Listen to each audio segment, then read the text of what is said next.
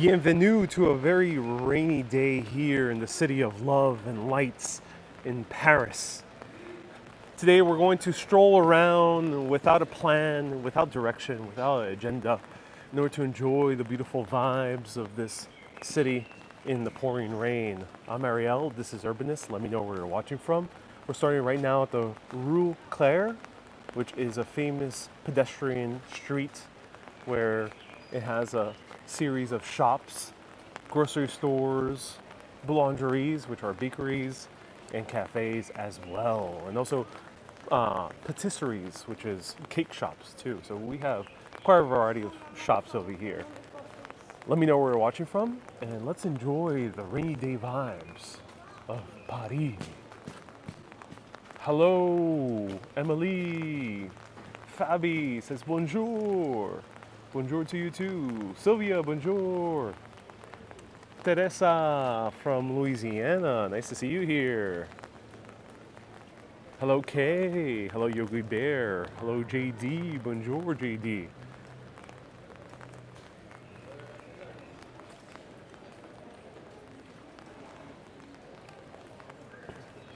Mayen, ¿cómo está acá? Nice to see you here. Walking around Paris, I've noticed, just like many other cities I visit around the world, there's a lot of Filipinos here as well. I wonder if there's a little Manila in Paris. So right now we're in the section of Paris that has the Eiffel Tower. So Paris is split into 20 or so arrondissements. And let me pop up a map right over here.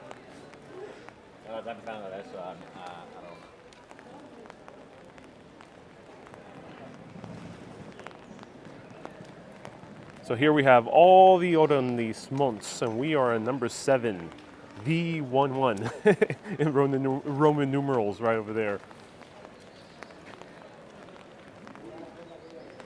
Hello, Manuela, desde España, bienvenidos a un bello París en la lluvia. Welcome to a beautiful Paris in the rain. Yogi Berra, nice to see you here. Golsil Marie says, any plans to visit Philippines one day? I would love to, yes. Yes, you will see me at the Philippines at some point. So I love the look of bars during a rainy day. Or bars, cafes, brasseries. Here we have Lottery, famous place for their macaroons. Maureen sent 500 stars. Thank you so much. I appreciate that.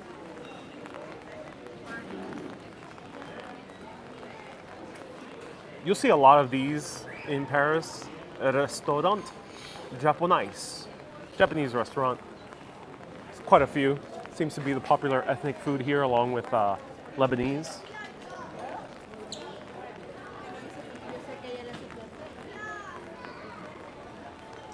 And right here we have Artisan Boulanger Pâtissier. So, or artisanal cake baker, or sweet bakery. Susie says, what a difference a day makes. Oh, yes. So welcome, everyone. I'm going today without a plan. So feel free to ask me any questions or make any requests I can show as we're strolling around. And let me know, what's your favorite French food? Because French food is known in many parts of the world, from the US to Vietnam. So let me know, what's your favorite French food? And James says, I loved the river cruise last evening. Yeah, it was awesome. Check it out after this broadcast if you haven't seen it already. Teresa says, I love your shirt. Thank you so much. I appreciate that. Dia says, have you had your baguette yet? I've had baguettes, yeah. Let's see if we can grab one. It's funny, you know, how much we stereotype the French, specifically Parisians, to be very proud of their city, proud of French culture. There is a little fascination, dare I say, fetishization, that's a hard word to pronounce, fetishization of New York culture. So here we have Tribeca, which is of course the New York neighborhood, and they're selling some truffle burgers right over here. And I love it because I've seen like Cafe Soho, not named after the Soho in London, named after the Soho in New York. I've seen Le Brooklyn, many others. So a very normal thing to do in Paris is drink wine, lots of wine. It's not much of a beer city as other areas in Europe, like the UK or Germany. So wine is king over here. This is one of the places that you buy wine, one of the chain wine stores. Nicolas. Let me show you some produce. Look at those. If I'm correct.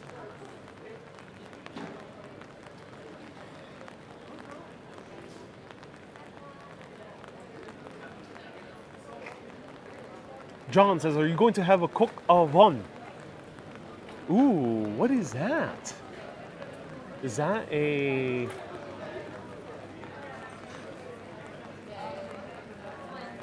Let me know what that is. Is that a cup of wine?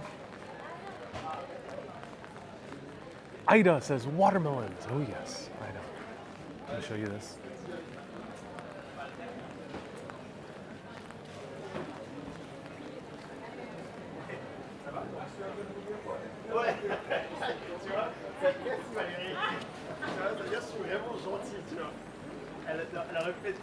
Bonjour. I'll have one of the quiche. Yeah. Which one you recommend? Very good. Oh, nice. Traditional. Traditional. Yes, exactly. I'll do the traditional. Okay. Thank you. And do you want heat it up? Heat it up, please. Yeah.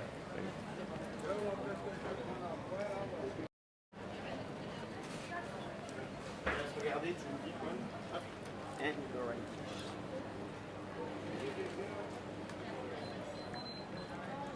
Just that? Yeah. That's all. Yeah. Okay. Pay card or cash?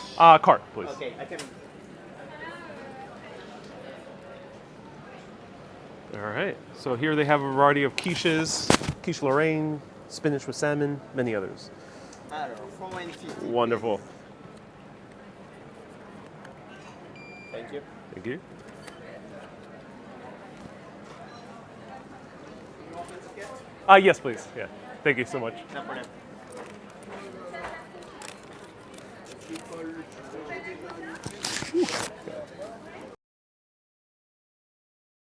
And a lot of things that you'll find is the croque monsieur, which is something you can usually buy to go, and that is a grilled cheese sandwich, French style.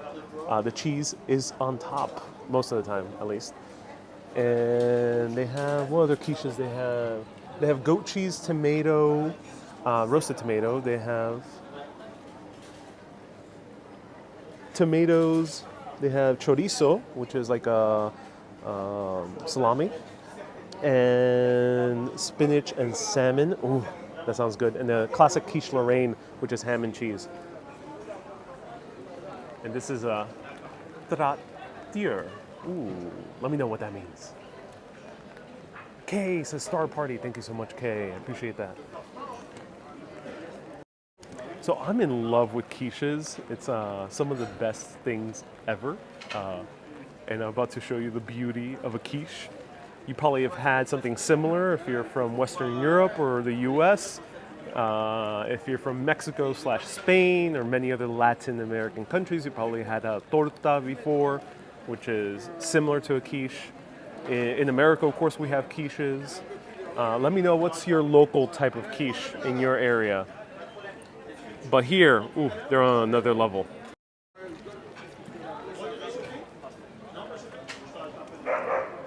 And we see all the sausages as well. Look at that. Benoit says it means caterer. Thank you so much, Benoit. Okay, so caterer, that's why you see all these variety of foods. Y'all might want to get something to eat at the train station for dinner. Diaz says you're a pie guy. Quiche is pie. Yes, indeed.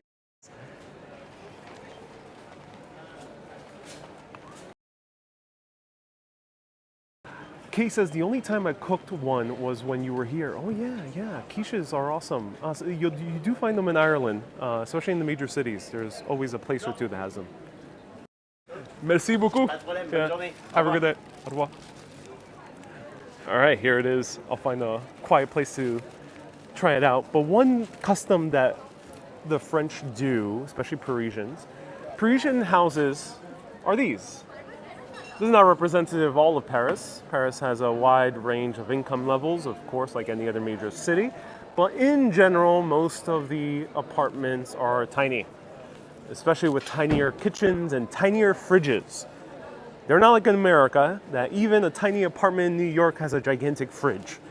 No, that's not quite the case. So, in order to eat on a daily basis, people tend to grocery shop on a daily basis or a few times a week. And they tend to buy foods that they either can heat up at home or eat during lunchtime or on a picnic, like a quiche. So that's why you'll see traiteurs, you'll see boulangeries, bakeries, you'll see fromagères, which is cheese shops.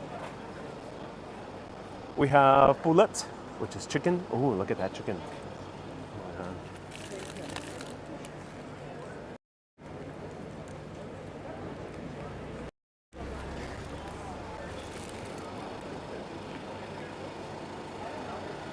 Cynthia says, so they have fresh foods. Yes, so the American tradition, and I'm generalizing, of course, America's a big country, but in general, America tends to do their shopping once a week. If you're living even in a more suburban area, once every 2 weeks is American shopping. You buy all the bread, all the canned foods, all the produce, everything you need for 2 whole weeks. It's not the case here. Here you buy on a daily basis. So you're not stocking up. Toilet brush salesman says, where is everyone? You know, it is a weekday. Tourism is still not at its peak. We are in a very touristy neighborhood. This is a very high-class neighborhood too. And high-class neighborhoods, when there's not heavy tourism, don't tend to be full. It's like going to the Upper East Side. They don't tend to be super full. Show you more of the produce. Wow. Look at those peaches. Coffee. Irene sent 50 stars. Thank you so much, Irene. I appreciate you. Have you tried snails and frogs yet? I've never tried frogs. Oh, I think I have. I think I've tried frogs at least once in my life. Snails, I'm looking forward to. Frogs, not so much. But I will try it if the opportunity calls.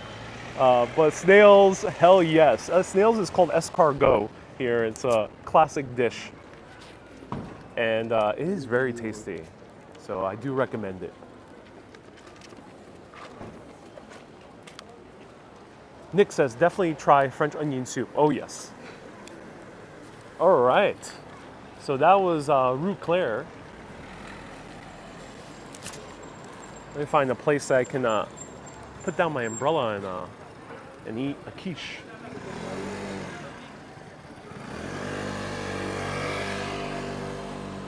Sharon says, frogs taste like chicken. That's cool. That's good to know.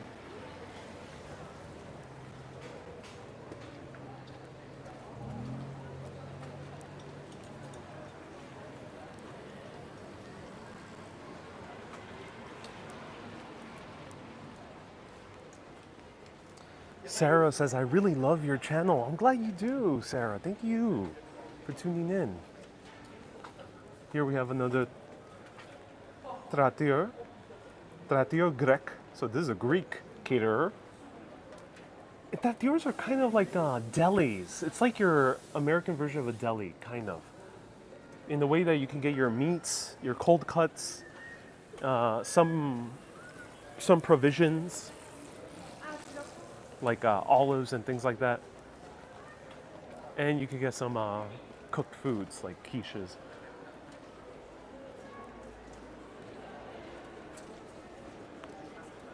Susie says they're like fancy delis. Yeah.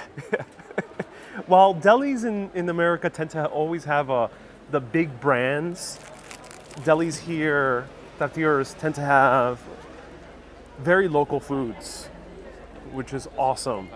Because if you go to any deli in New York, you generally it's just Boar's Head. That's the main company. And so Boar's Head is a huge industrial operation. You're not having the best quality ham with a Boar's Head. It's good, but it's not the best. Here, it's quite different. That's what I like about French cuisine. Michelle says, I love traveling with you. Your channel's so great. Go to the canal. It's very diverse and enriching. Oh, yes. I'm balancing a lot of things. It's tough to balance a quiche, a gimbal, and a umbrella. I definitely was a juggler in another life. Maybe here in France. Maybe that's why it feels so familiar to me when I walk around. Maybe I was one of those jugglers for the king's court.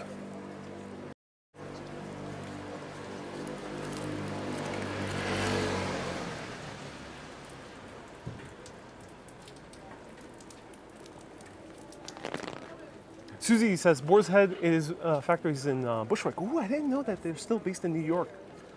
Actually, that's kind of cool to know. Chrissy says, grab yourself one of those headband umbrellas. That might be a good idea. That might be a good idea. Oh, this place looks nice.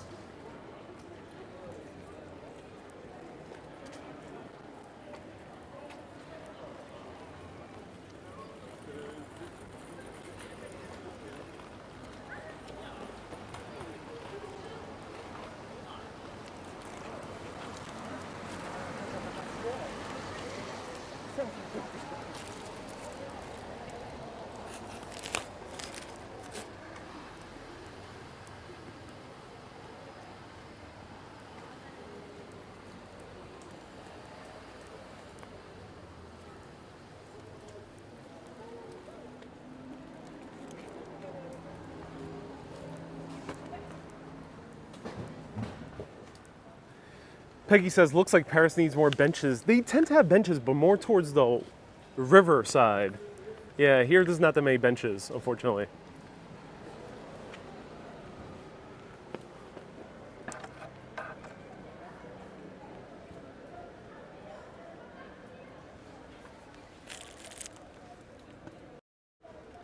Hey, Alexander says, in this weather, a cafe is a must. Oh yes, indeed. They don't have benches, but luckily they have churches with a place to put down the camera.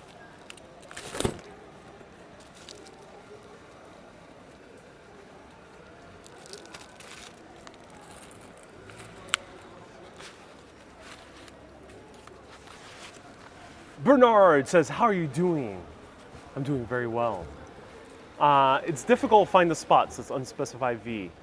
Generally, in a sunny day, it's a lot easier in Paris. There's a lot of gardens.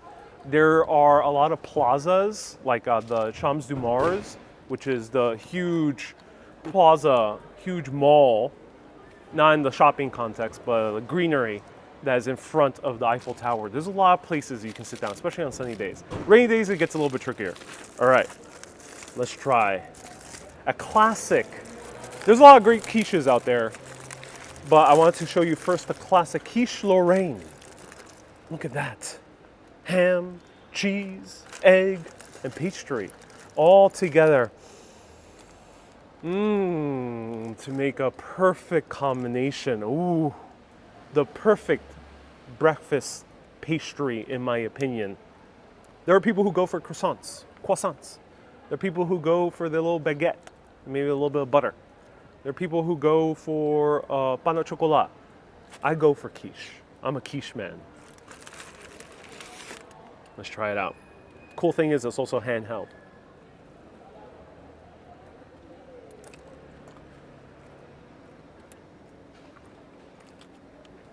Oh my God. C'est magnifique. Oh. So the French do quiche different from either the American / British quiche or the Latin American torta. These quiches are super fluffy. This is going to be a theme in Parisian food. Very fluffy. Look at that. It doesn't taste as milky or as creamy as an American quiche would, or the quiches I've tried also in the UK. Super fluffy. Or not as hard, kind of more rubberier, but don't mean that too negatively, but rubberier as a Spanish torta, which is similar to a quiche but doesn't have a crust usually. But this one's super soft. It almost tastes like you're eating a really good, dense omelet. Now the little pieces of ham are so good.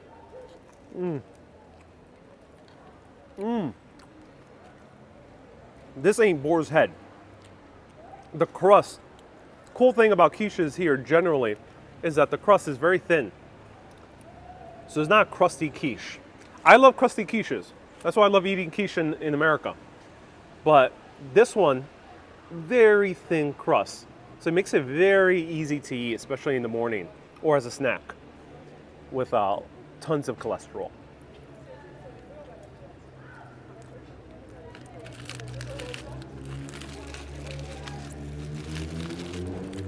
Someone just asked, rubberier? Yeah. So have you ever had a Spanish torta? It's a bit harder than a quiche. Let me know if you know what I mean. Spanish torta, as I mentioned, it's basically a quiche without crust. Debbie says it looks delicious. Oh yes, it definitely is. Let me show you. Let me show you how much air there is in here.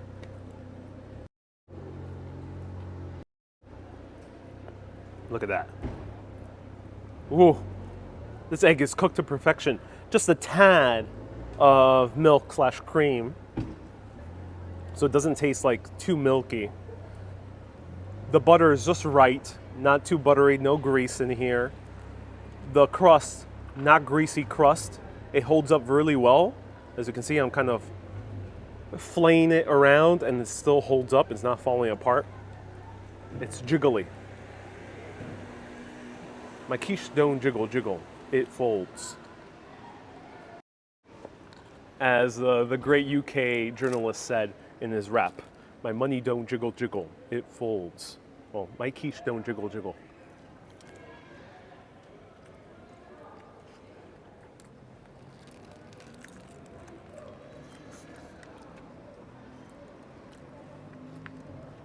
Chrissy says, I'm used to pie tins and pie shells. Is this one more pastry-like? This one's not pastry-like. This one, the crust is very thin, so it's not too heavy on the crust. Mr. Boss says, I like to see you wiggle for show. Yes, everyone, search up Louis Theroux, famous British broadcaster or documentarian. Let me know what he is. He's a host of sorts. And he did a rap. It's very good. Darlene says, my favorite is a croissant. That's good. I'm gonna finish this in order to gain energy for the rest of the walk. So ask me anything about quiches. This is not the full broadcast of me eating quiche for 30 minutes. We'll do that maybe another day. No talking, just quiche. But today, we'll talk in quiche.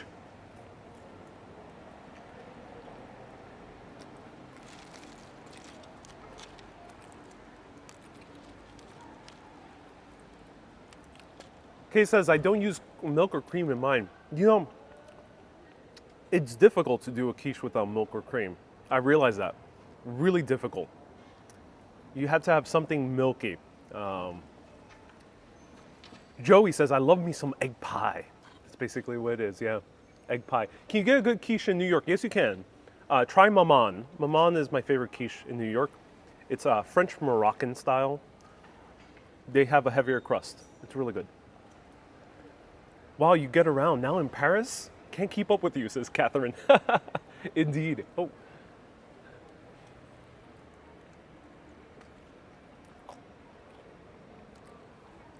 This is super filling. Oh my God. Whoa. Mmm. Oh my. You know that moment when you go to a cafe, a really good one, my umbrella fell, a really good one. And you taste a great omelet. Not a typical omelet, but like a one made by a really renowned chef. And you get that kind of juiciness out of it, that kind of wateriness out of it. It sounds weird because you don't want your eggs generally to be watery.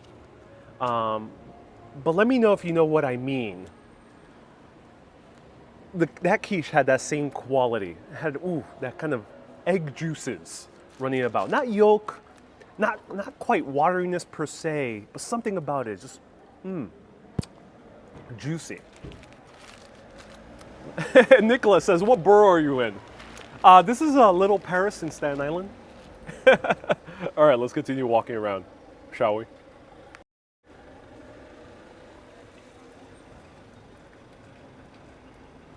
Sarah says, have you learned to speak French? Oui. That's all I know. I just say oui and merci all the time. And it works.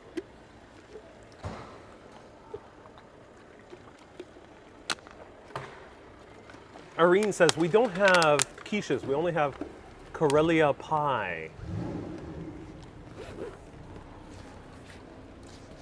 It stopped raining, luckily.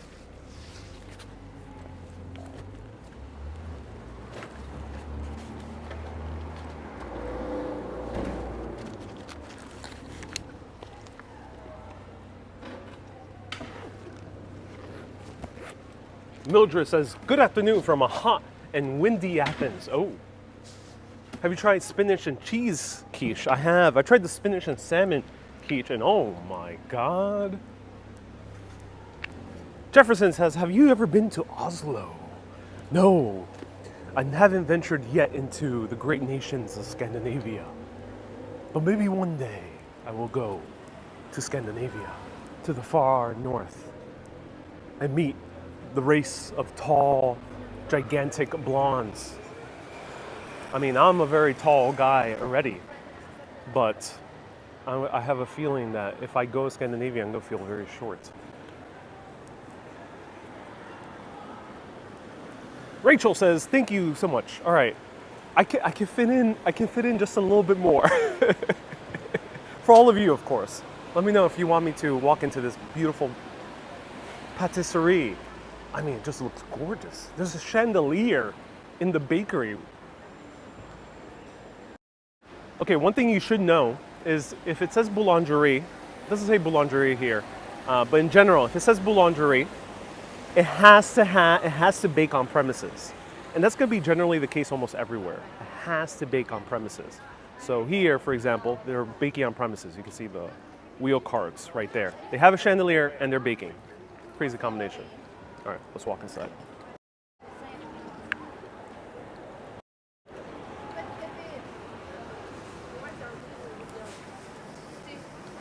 Bonjour.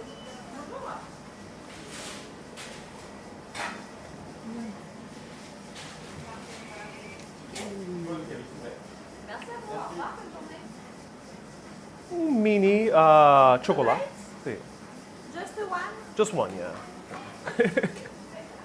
To try. May come back for more. Pour essayer, je reviendrai pas à l'avance. Merci beaucoup de ta traduction. Moi, je vais dire que les parfums et si c'est tout. Alors, 2 euros please et 2 euros. Allez. Rapide? Yes, please. And let's see. Yes. Merci beaucoup. Bye bye.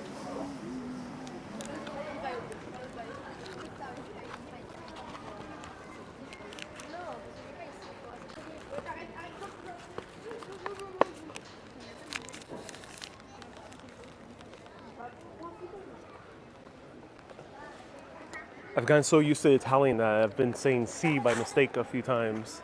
But this is au merveilleux. Don't know how to pronounce that part of my French, but it's a little chocolate thingy. Let's try it out. I've seen this in New York a few times. It's pretty rare. Susie says we need a coffee about now. Oh yes. Olga says, so excited to see where you'll go. Oh yeah. So excited to take you through all parts of Europe and beyond.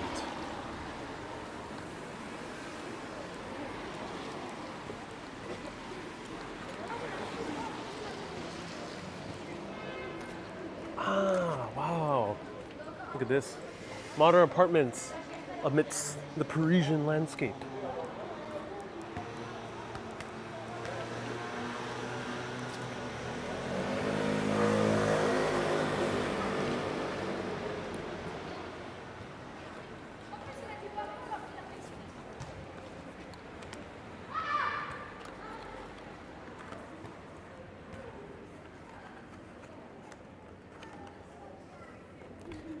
Now I know where Dominic Ansel, famous French baker based in New York, got his idea for his cronut box. And here it is. Look at that. Let me know how to pronounce this. That's what it is. That's this type of pastry. The second word.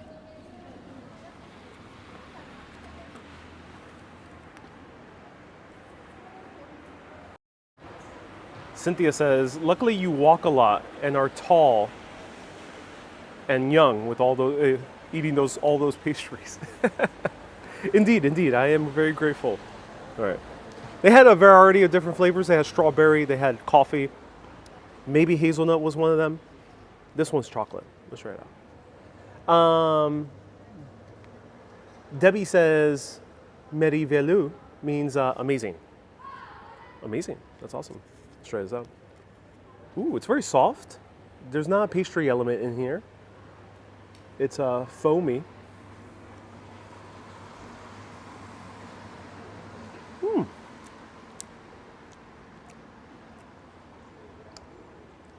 It's like a marshmallow. I don't like marshmallow treats too much. Have never been a fan, but I do like the chocolate shavings on this. It's really good. The cream inside is also done really well. I can recognize that this is a well-made version of this pastry. I'm not a fan. I don't like marshmallow type treats. Let me know if you like these treats or not. But this is a really well-made one. So if you're a fan of these, I think you'll enjoy this one. It's good. The chocolate shavings are really good. No. Doreen says, I don't either. Yeah. It's a specific taste. That's why I usually don't see those places too full. And Susie says, I don't like frosting made from marshmallows. Yes, marshmallow is not the most appropriate word, but it's very similar. Let me know what's the appropriate word for that type of dessert.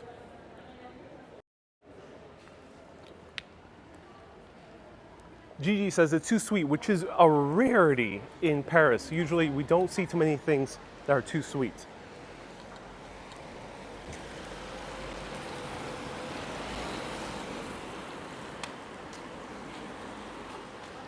Meringue. Thank you so much, Debbie. Meringue. That's the word.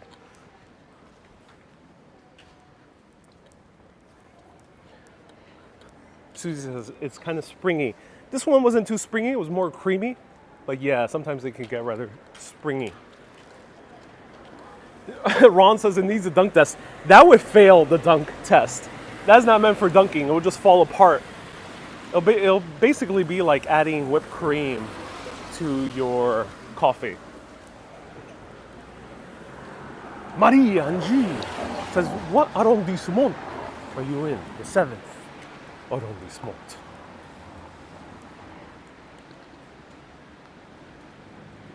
Rachel sent 50 stars. Thank you so much. ABX Girl says that the French Open, which is happening right now, the tennis matches, announced that the humidity is very high. Oh yes. That's why I'm about to have a fro. With my hair getting so curly. It's about to pop up. It's a beautiful hairstyle. I usually don't sport it. Unless if it's super humid and did not put hair product. Let's walk this way. I don't know what this way is, but we're walking.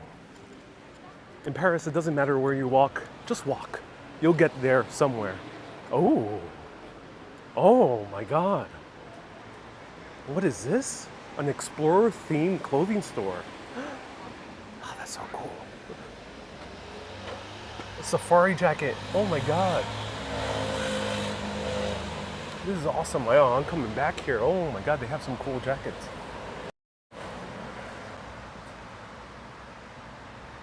They have Frank Sinatra up there. Wow.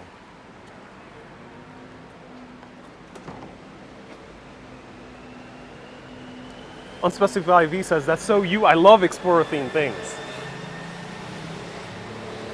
Susie says, it's a bit awkward walking to shops while doing a live video unless if I ask for permission ahead of time.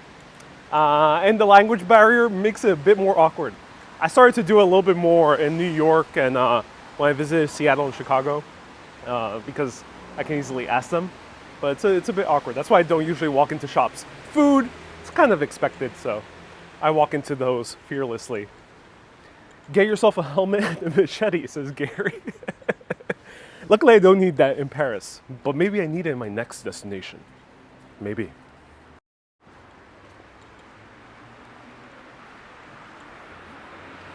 Cynthia says, Ariel, get a hat. That hat looks really good. Oh, yeah.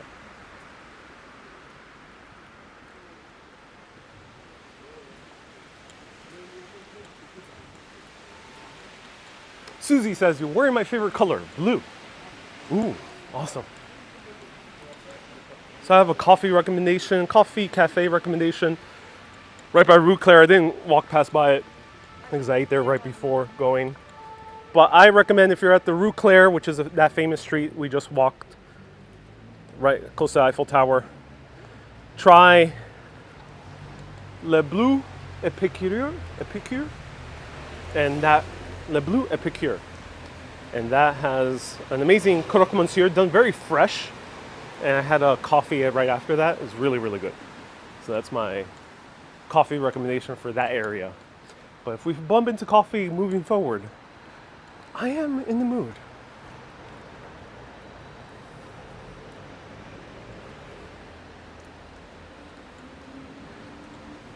Cynthia says, speak Spanish. They'll understand. It's not quite like in Italy. Italian and Spanish sound very similar in many regards. As a Spanish speaker, I had a much easier time understanding Italian. As a Spanish speaker, I have a really difficult time understanding French. It just all mumbles. It all feels like one word to me. I can't really make out the difference in the words. Let me know if anyone has struggled with that coming over to France. I have a feeling that for the French it'll be the same thing if I were to speak Spanish to them. More young French, say generally below the age of 40, now know a lot of English because they were required to learn it from a young age. And they grew up with the culture even more prominently. That's why there seems to be such a fascination with New York and Brooklyn. Susan says, do you find more smoking in France? Yes. I've seen a lot more people smoking than I do in New York. Patty says, I also struggle with French. The words are linking to each other. Yes, French is a language that flows more than other Romance languages. Like Italian, there's kind of a more emphasis on each word than there is in French. And then a lot of words just drop.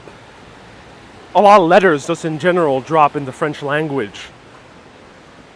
So what you read isn't always going to be exactly what is heard.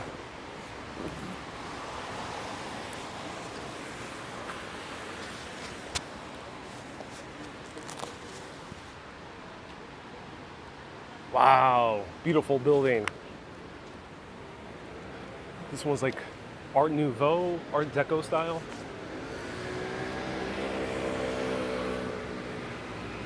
This is one thing you should do in Paris. Don't just walk on the main streets. Go to the beautiful residential streets.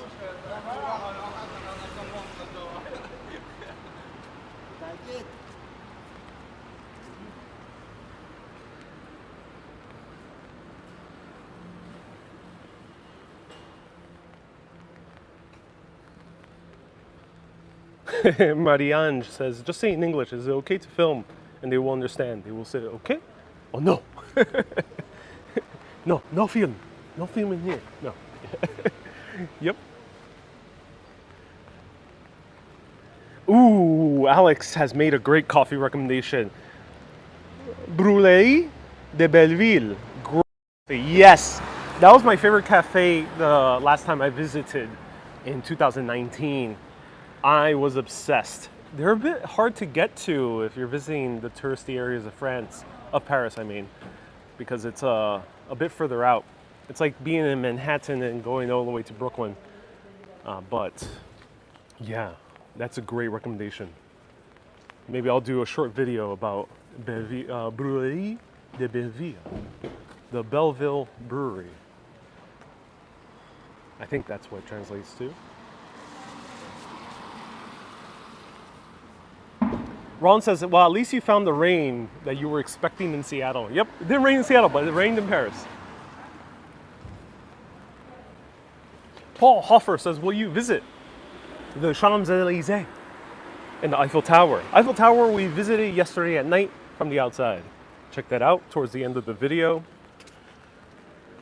Champs-Elysees, still to be announced.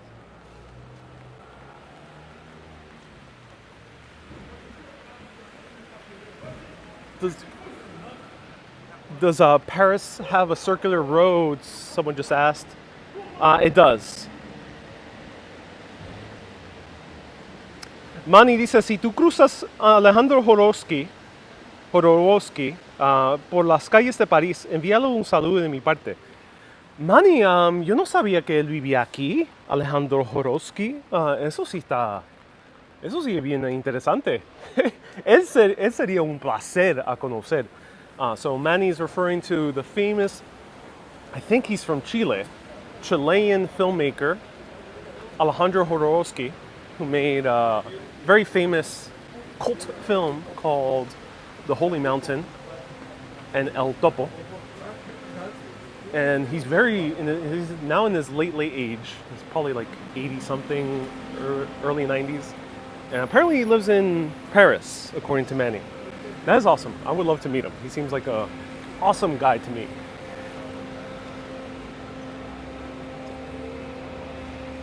Benoit, thank you so much for clarifying. Brûlée means roastery. Thank you so much.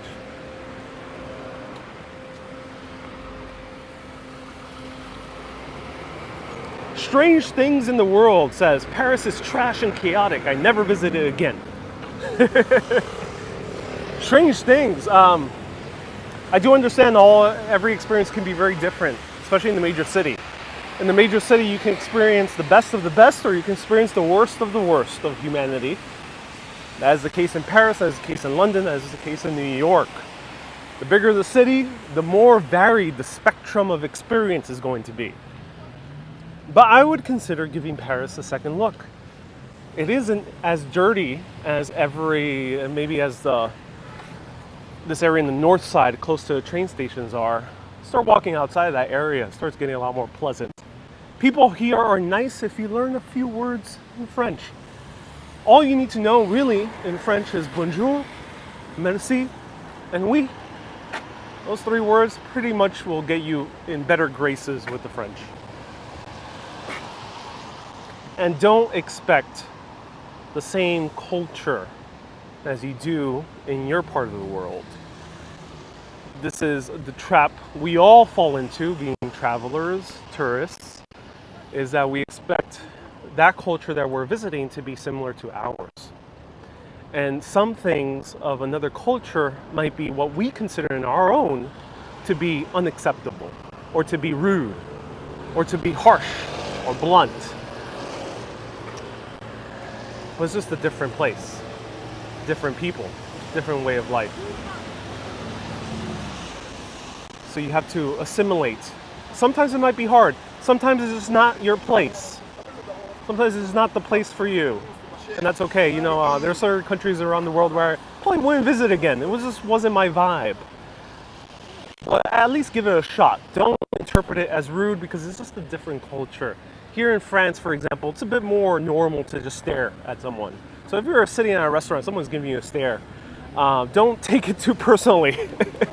It's a little bit more normal in France. It's seen as very rude in the US. Another thing is the directness. Here in Paris, it's not too much for pleasantries as you would have in the UK, in England specifically. And not too much for joking around immediately like you would have in Ireland or Australia. Here it's a bit more serious in the beginning, at least, with the Parisians. So you have to kind of take it into consideration. Okay, sorry about the mic.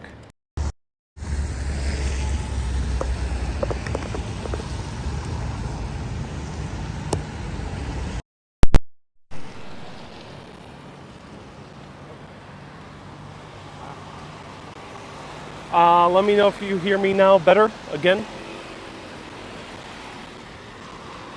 Thank you, Ron, for letting me know about the mic.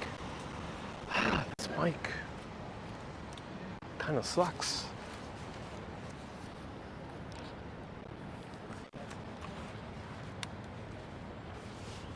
Mic is good. Sorry about that, everyone. You know, this could very well be the perfect mic. The cool thing about this mic is it attaches directly into my phone, so I don't have a wire sticking out and don't need to stick it onto the side of my gimbal. It makes it very easy, and it's a lot smaller, but it's unreliable. So thank you, everyone, for letting me know when the mic goes bad. It can't handle the static of certain places or frequencies, maybe. And absolutely true. Travelers do try it before anything. Learn how different similar cultures and countries can be. Yes. So as soon as you just duct tape it. No, that wouldn't help. It has to do with the radio frequencies of the mic itself. It seems to be having interference, even though I'm right next to the receiver. So yes, give it a try, the culture first. Ricky says, Ariel, why don't you shave your chest? Probably the wrong culture to ask that. This is not America. And even America, hell no, I won't shave my chest. So yeah, give a culture a try. Don't rule it out so quickly. Give the people you meet there a benefit of the doubt. We're going to Paris, so people there's already a lot of information out there about Parisian/French culture. But I'll be showing places in Europe where there's not that much written about it, especially in English. So we'll see. We'll see how the cultures are in different areas of the world, different areas of Europe. And we'll see if it's shocking or if it's welcoming to my American perspective.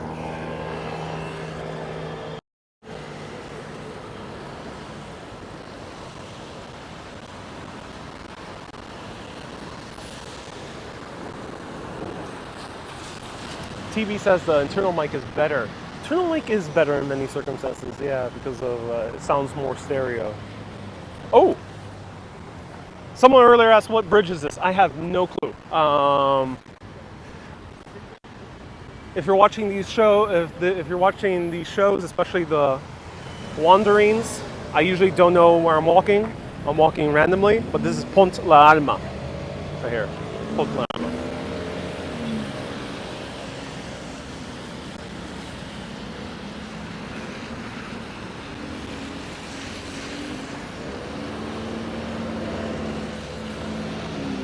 So Cynthia says, I met a young man from southern France. He said that Parisians are more serious than the people in southern France. Yes, I've heard the same thing.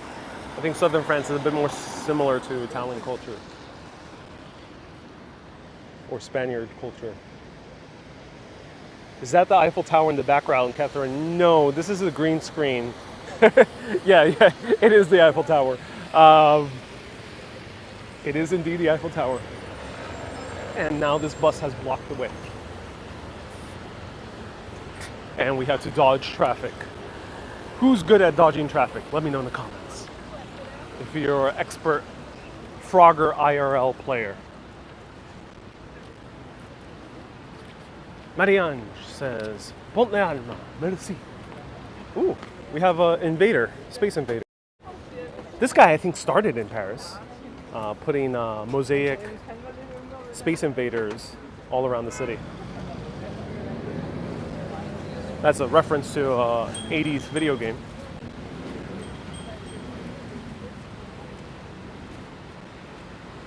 Barra says, you're near the site of Princess Diana's crash. Oh, thank you for letting us know. That's so sad.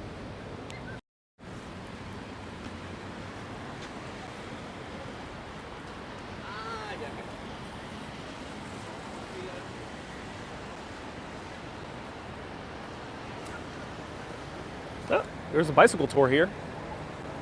Holland Bikes. Wait a minute, this is not Holland.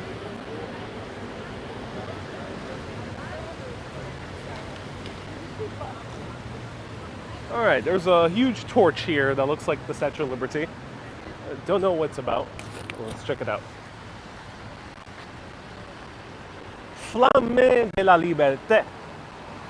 Or Liberté. Libet. I don't think the E's are pronounced like they are in Italian. But it's the flame of liberty right here.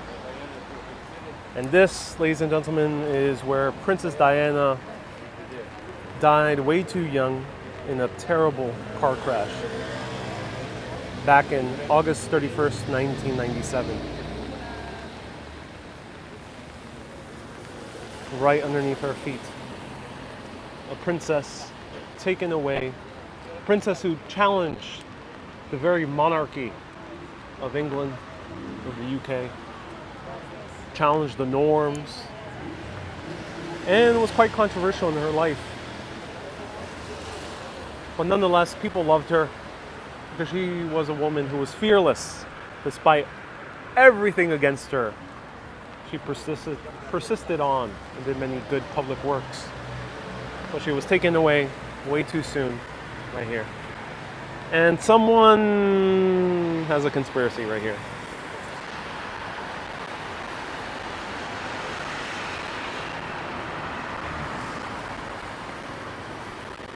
Jeff says, wow, she died in the last century.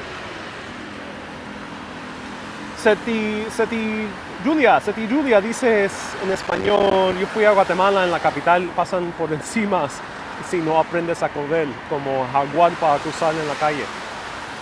Seti Julia says, in the capital of Guatemala, the cars just go on the sidewalk and don't care about the pedestrians. You have to learn how to dodge them. Que flojo, que ahí no hay buenas regulaciones de tráfico. Eso sí debe ser bien temeroso. It should be very terrifying to go to an area of the world where the car traffic is about pedestrians. Speaking of the not to make light of the terrible incident that happened here.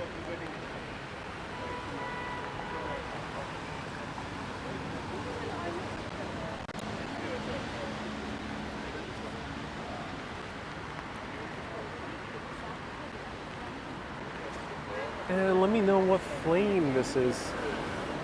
Is it by Bartholdi as well, who did the Statue of Liberty? Yep. It says Franco-American, so it seems to be the same one or the same design as the one at the Statue of Liberty in New York City.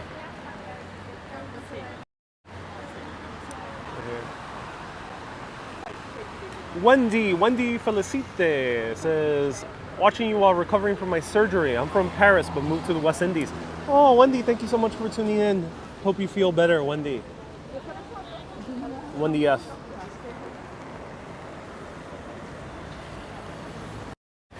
Everyone, give Wendy F a round of hearts.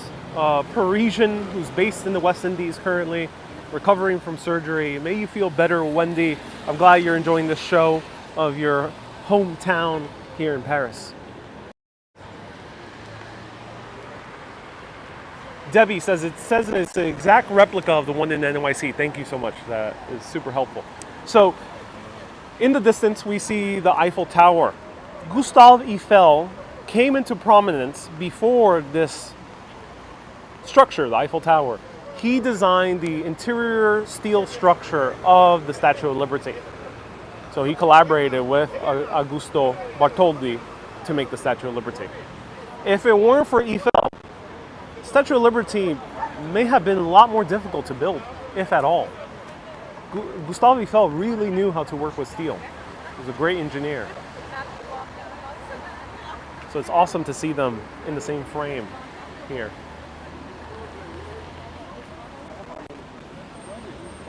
That's a good TikTok video. Might be back.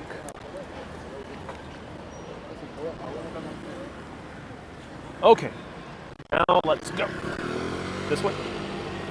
Or should we just walk on the crosswalk? Deming says, Bastille Day, do you have any plans? That's on July 14th, is it? Quite a whiles away.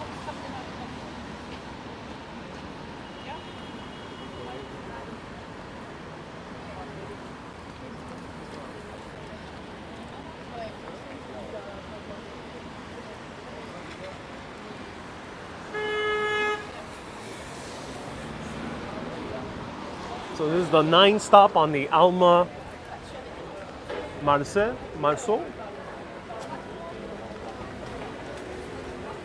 Leslie says, will you be taking us to Versailles? Stay tuned. Thursdays through Saturdays at 3 p.m. Parisian time, Western European time. Every day is a surprise. Might be Versailles. Might be a tiny little village in France that no one knows about. Might be somewhere else in Europe. Stay tuned.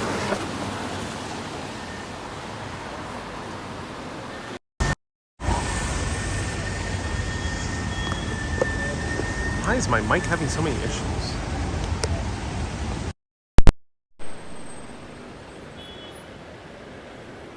Okay, let me cross here. Thank you so much, Ron, for letting me know about the mic.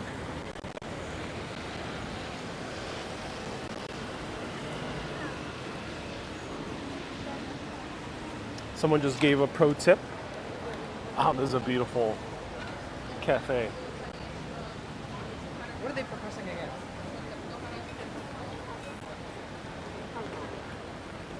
So Mr. Boss says, another local's tip.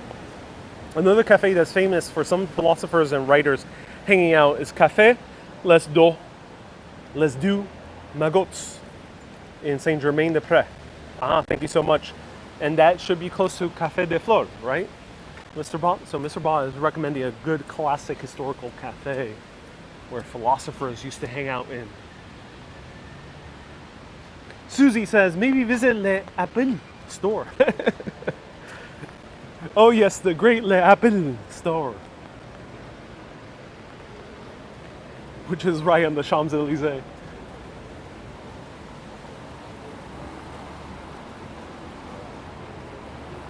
Maureen says, time for chocolat. Oh yes.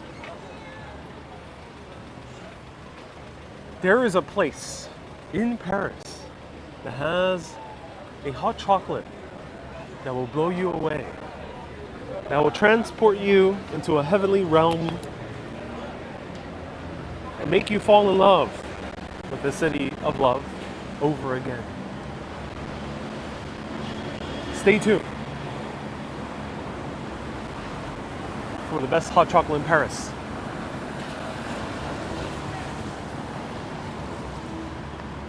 Renelle says, please show us the catacombs. That I will be showing the short video. So follow me on TikTok, Ariel Vieira, or Facebook, Urbanist Live. And sometimes I do post them as YouTube shorts.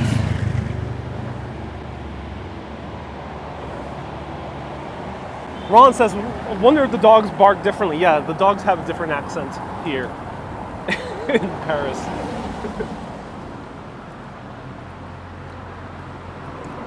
The vowels are different. Rather than woof woof, it's woof woof.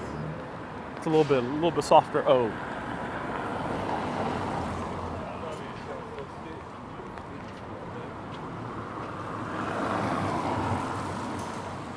Ricky says, I gotta go. Bye, everyone. Thank you so much for tuning in, Ricky. Merci beaucoup. Au revoir, Ricky. Look at this mini bus. What is this? Blue Solutions. What is this mini bus? That's cool.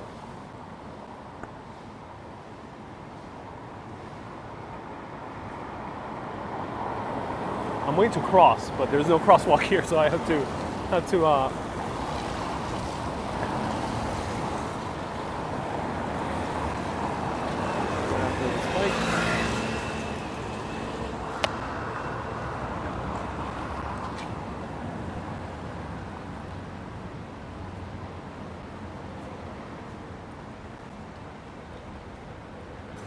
Susie says, Balenciaga, lots of money. Oh yes. We're in the area of the very expensive shops of Paris. It smells like perfume. I think it's one of the stores. Some stores put so much perfume you can smell it many feet away.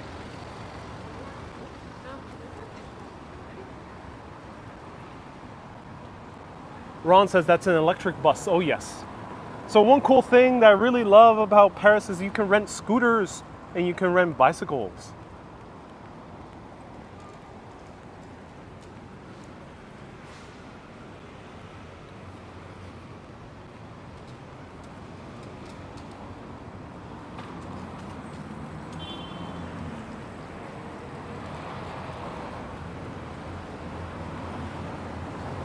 Okay.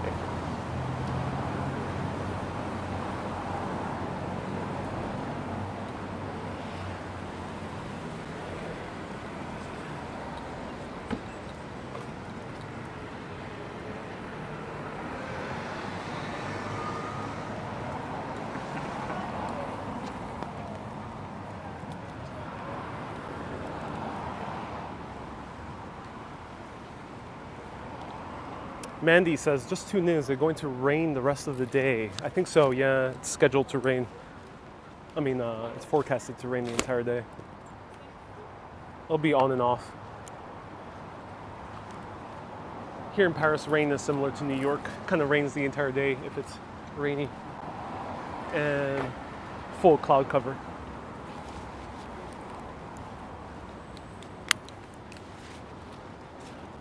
Oh, one thing that France is known for, along with the likes of London, is bespoke suits. So there's places where you can get a suit made completely to your preference and to your measurements.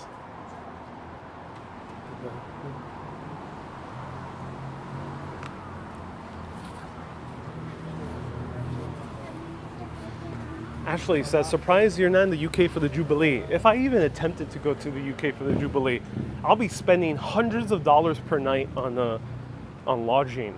It'll be way too expensive to stay, unless if I knew someone. So no, I didn't decide to go to the Jubilee. I mean, the Queen invited me, but you know, Buckingham Palace is a bit stuffy for my tastes.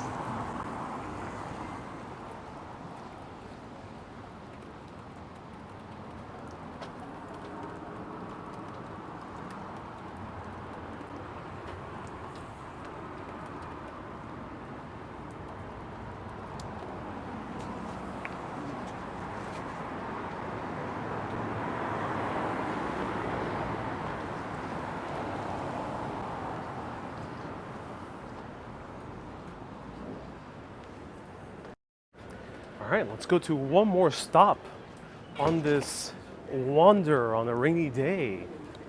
Where shall it be? Where shall it be? Let me know. What do you think? Where are we going? What we're going to see?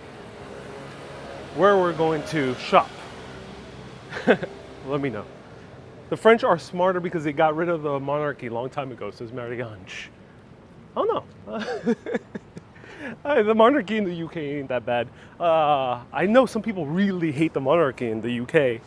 I don't get why. It's not really that bad. But every country's different. Seems like French are okay without a monarchy. That's nice for them.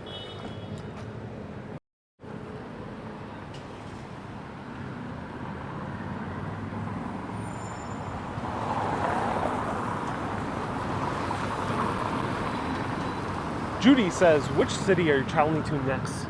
Judy, you just have to tune in Thursdays through Saturdays, 3 p.m. Western European time, 2 p.m. UK, 4 p.m. Eastern European, 9 a.m. New York.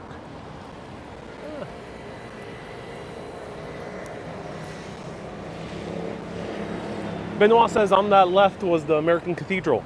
Ah, interesting. Is it Episcopal? That's cool.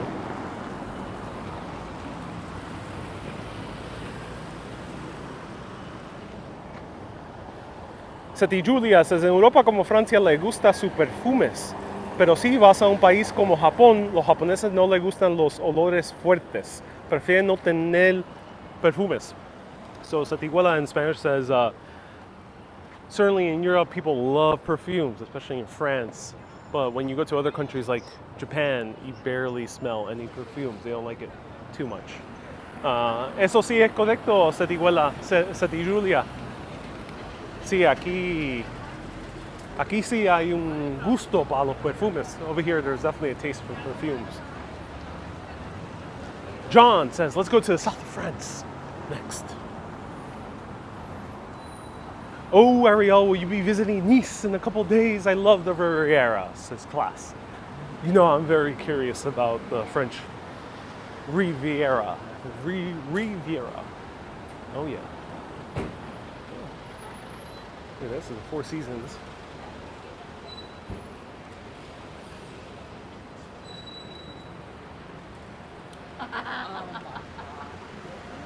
So this is the Four Seasons. Look how beautiful it is. Wow. Amazing. 5-star hotel here in Paris. That's where I'm staying, in the penthouse suite with views of the Eiffel Tower.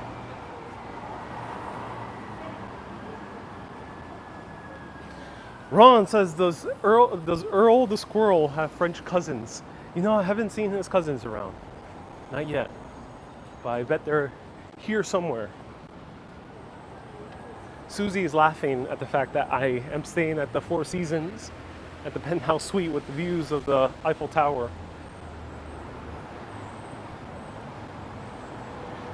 Alien asks, do you speak more Spanish or English? I speak way more English than I ever do Spanish.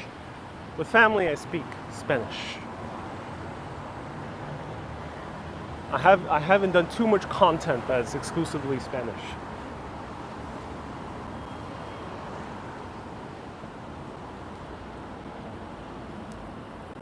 Someone just mentioned Thiers is actually a Berlin startup. Oh, cool.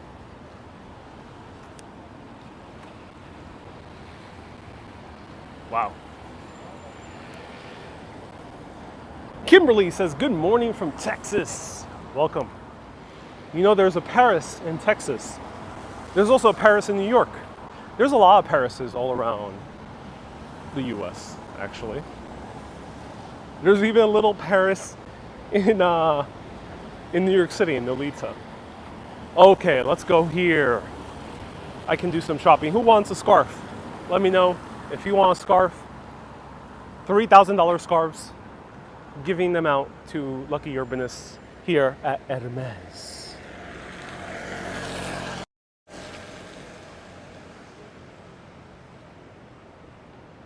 I stayed at the Four Seasons just to be close to Hermes. Now, Hermes is one of the longest running historic clothing brands in Paris. It started selling wear for horse riders, but then they moved on to luxury goods. It's a very similar story to actually Gucci. It made a lot of leather goods related to horses and luggage and things like that.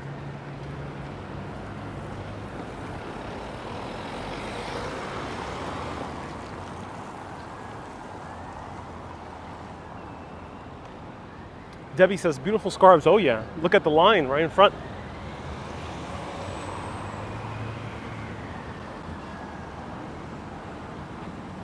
Ashley says Hermes is a delivery company in the UK. Indeed it is, yeah, Hermes is a different company in the UK, yeah. This is Hermes, which is, I think they're relating to the same mythological figure. It's just pronounced in French. There we go. Okay, so this is the sweater I'm buying. Only cost us a mere $5,000. Should I get these pants to go with them? Oh, should I get these $20,000 shoes? Maybe.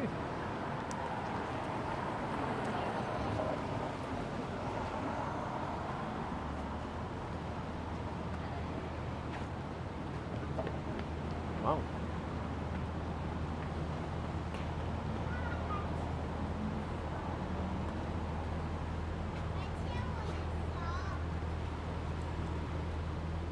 Zero Hermes beret. Berets is pure stereotype. The French really don't wear it. If you're wearing a beret, you'll stick out as a tourist.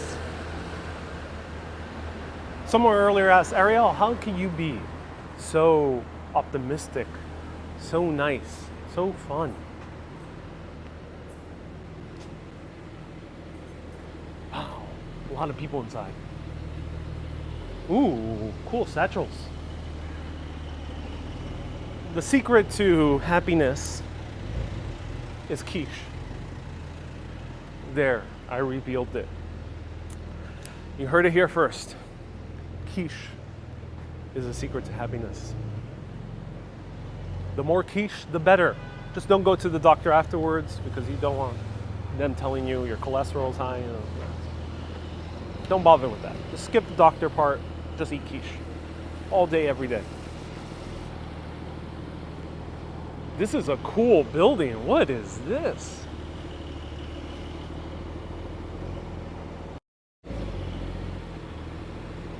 Susie says quiche and coffee. Yes, if you had coffee, you'll be extra joyful. Wow. I need information on this building stat. Expert Googlers, go.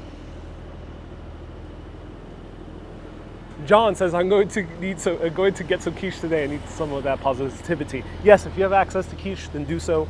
If you don't, then do a donut. That's the second best thing. But donuts are not really a French thing. That's the key to American happiness, is donuts.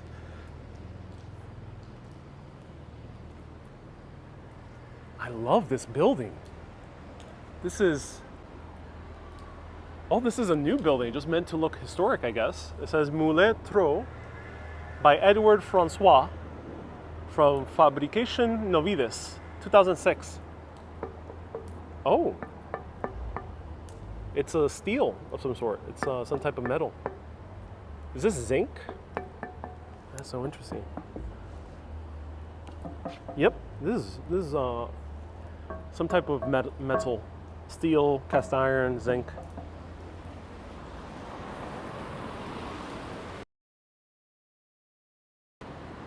Marie-Ange says, Julia Child had some great recipes for quiches. Oh, that's cool to hear. Of course, Julia Child got her start here in France, in nearby Orléans. Wow. Okay, I'm getting this guy. I'm getting Eduardo Francois to design the Urbanist Cafe. I'm convinced. Let me know, should I hire Eduardo Francois to design the Urbanist Cafe?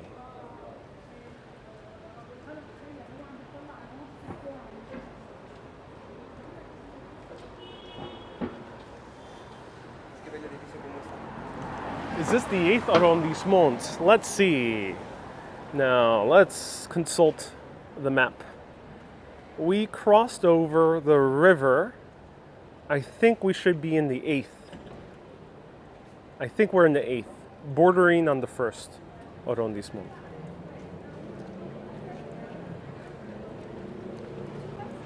John says, will the Urbanist Cafe be based in Paris? The first one will definitely be in New York.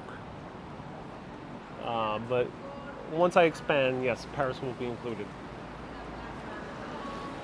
So I love how they did this homage to classic Parisian architecture. The metal might be zinc. If it is zinc, it's an homage to the rooftops of the Parisian apartment blocks. So on the very top, we have the mansard roofs. These are made out of zinc. It's because this was a metal that was very malleable. So you can form into these very ornamental shapes that you couldn't really do as easily with cast iron. It was a bit more difficult, a little bit heavier. Or you can't do it too much with steel, so they use zinc.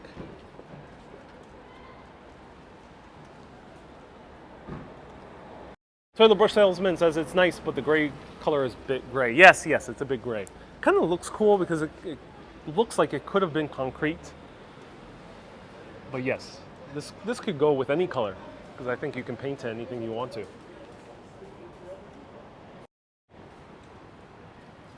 Wow. Now that's a building.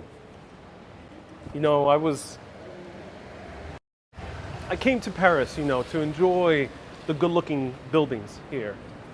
You know, the buildings that just make you stop in the street, take your breath away.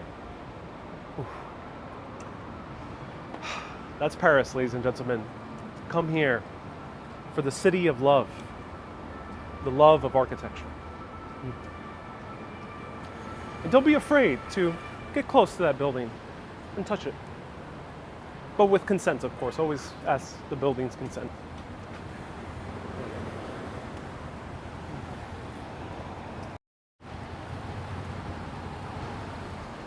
Lauren says, does zinc change over time? Zinc actually lasts for decades. So I'm not sure what happened after they initially built it in the 1850s, 60s. Definitely lasted okay for many decades. And then it probably starts degrading. So I'm not sure how they repair it. Kay says nearly 1,500 stars were sent today. Yes, we have a stars goal to keep showing you the best of Paris. And the Patreon goal.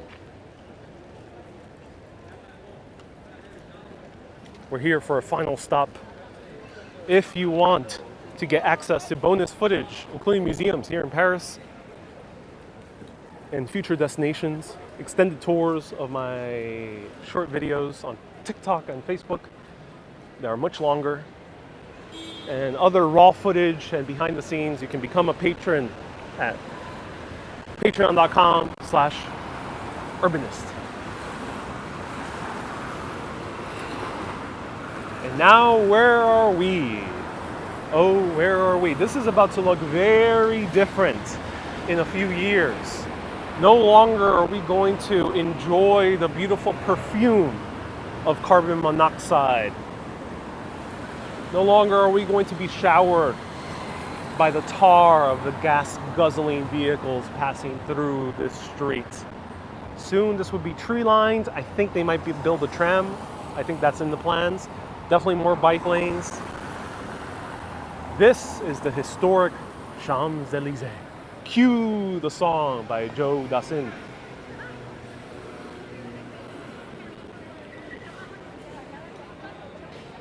Alexa, play Champs-Elysees by Joe Dassin.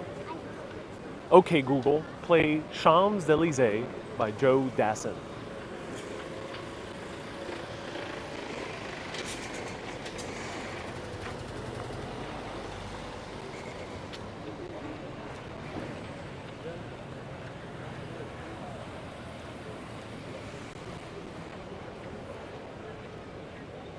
Ham, watching from Korea. Welcome, Ham. I'm glad you're tuning in from Korea. 안녕하세요.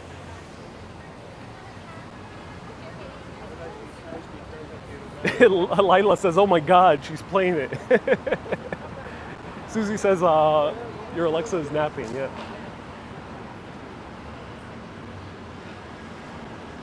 Terry says, I remember smaller cars and mopeds all around Europe in 1976. Yeah, I think the cars have gotten bigger. That might be an American influence right here. So this is my favorite restaurant to just say, I'm going to Phuket's. Phuket. You know, Phuket's? I'm going to Phuket's. Right here. I actually covered this last time I went to Paris. I spent 40 euro for a croque monsieur, which is a grilled cheese sandwich. It's the most expensive grilled cheese sandwich I've ever bought in my life. It didn't even have truffles in it. It was just plain. It actually looked more like the grilled cheese sandwich one makes at home using boar's head ham. But, you know, sometimes you gotta say, fuck it, I'm going to Phuket's. and enjoying the high life on the Champs-Elysees.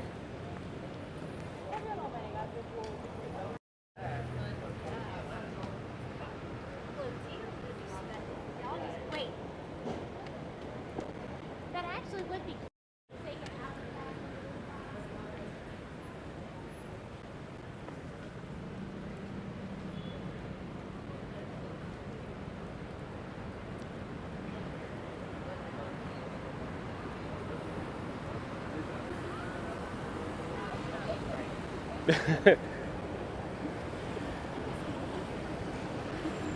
How are prices in Paris compared to the US? So, here's one pro tip if you're a fan of luxury goods.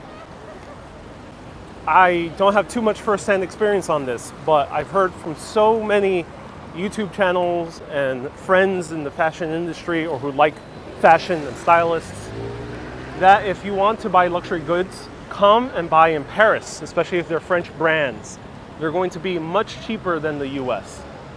So I'm pointing the camera at Louis Vuitton, so I'm not sure about Louis Vuitton, but Louis Vuitton is French. Yeah, French. Or Dior, or many of these other brands. Some of the Italian ones are actually owned by French companies. So they're going to be much cheaper here than the US because in the US they actually pay an import fee. So what a lot of people do, you might even see some people here online, they actually buy Louis Vuitton for $300, $400 cheaper, and then bring it to the US and try and sell it.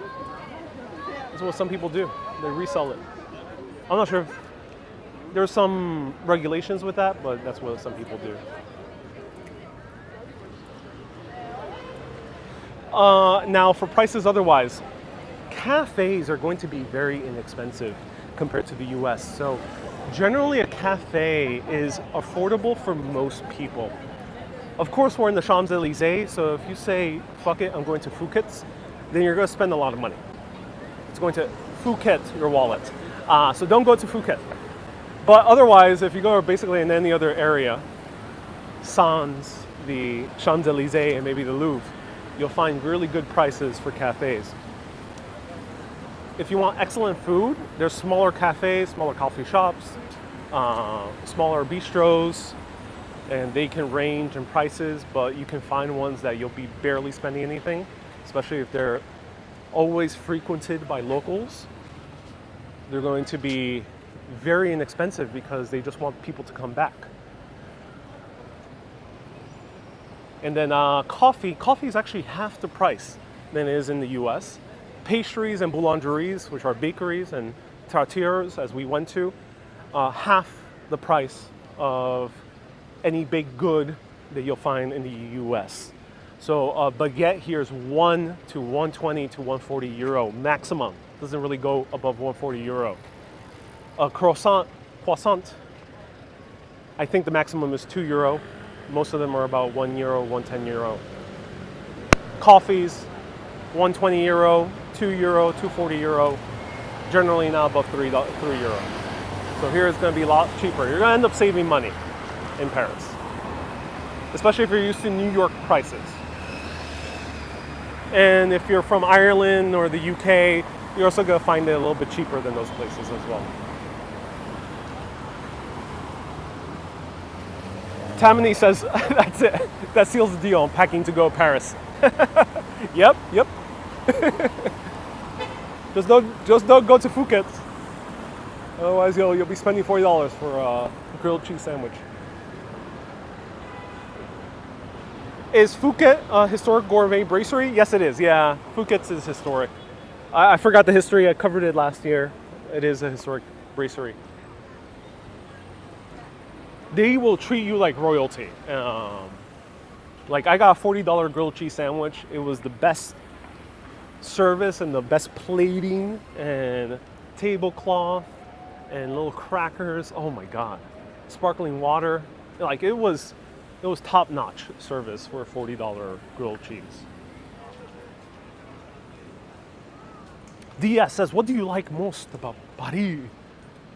This, walking around, wandering around. It's just a pleasure to wander the streets of Paris.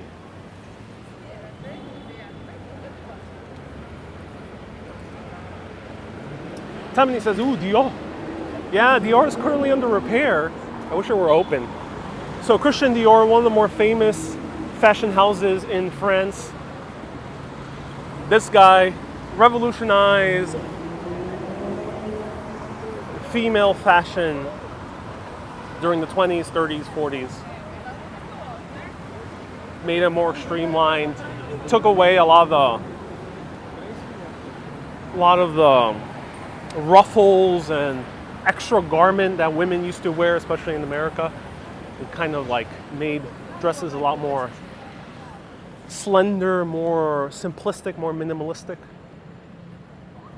And then Chanel kind of took that up a notch with her sportswear inspired dresses as well. Now, if you want a $5,000 puffer jacket, here we go. Rue Cler.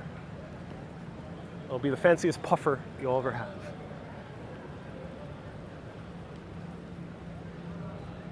Kat says, have you been to Notre Dame yet? I will be passing by Notre Dame at some point. But no, I don't think it's open to enter yet. But I will show the outside. Here we have Yves Saint Laurent, also under repair.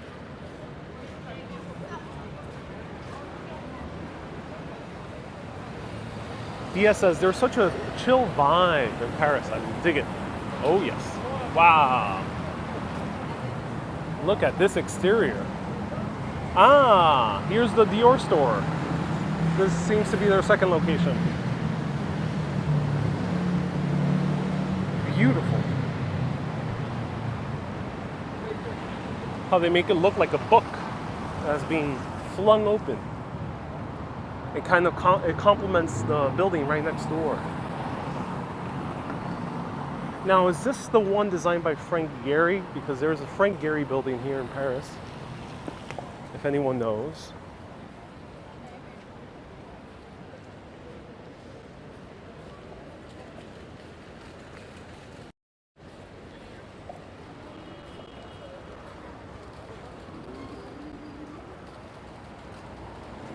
Sí, buenas. Nice to see you here. Y tiene cualquier cosa que preguntar en español, puedes.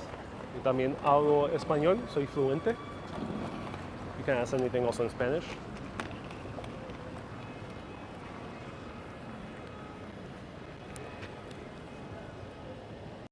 Here we have one of the Les Bobettes, one of Bob's many Bobettes in France.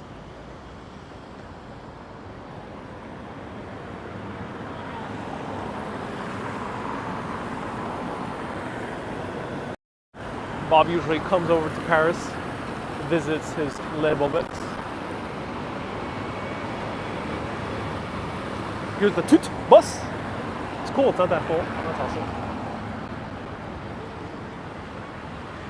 And Champs-Elysees is known for having a lot of cinemas as well. So here we have Publix Cinema. You can catch a good French film.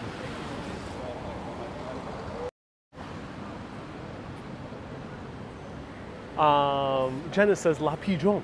Yes, La Pigeon. It's a French pigeon.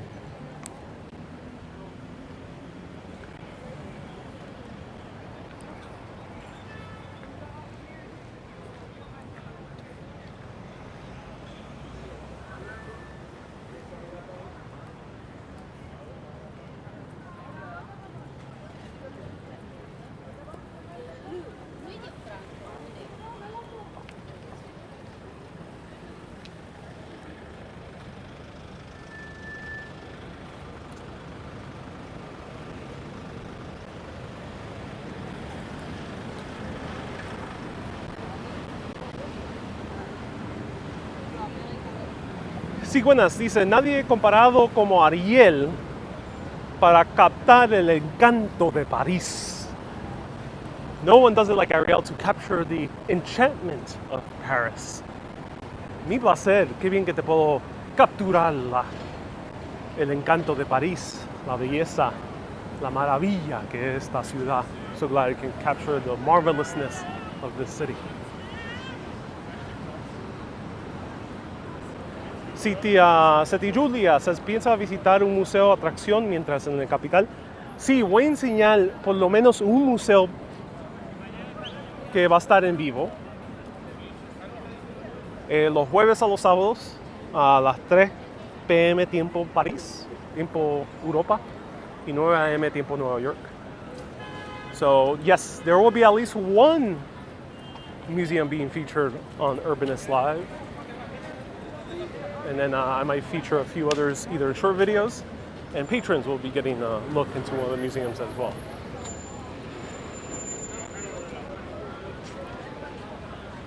Christoph says, take the TGV and go to Cologne. Okay, so who wants to cross over to the Arc de Triomphe? We gotta like run. Let me know if you're good with running. This is Frogger in hard mode here.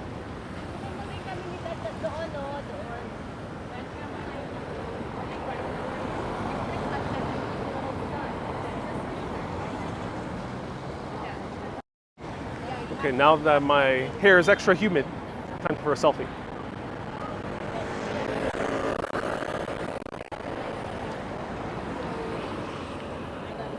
Favorite place in France so far? I've only been to Paris thus far.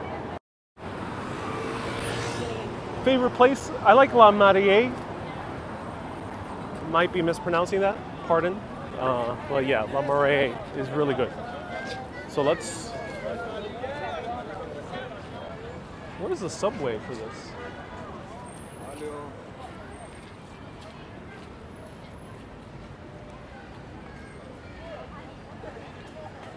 So here's public toilets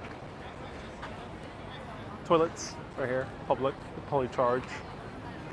If you want to use a bathroom, a lot of cafes have bars where you can easily buy a coffee for €1. You can buy a decaf or you can buy a tea or whatever. And then use the bathroom there. It's a lot cleaner, a lot more private. So pro tip. Now, it's not like in America where you can just walk in and go to the bathroom.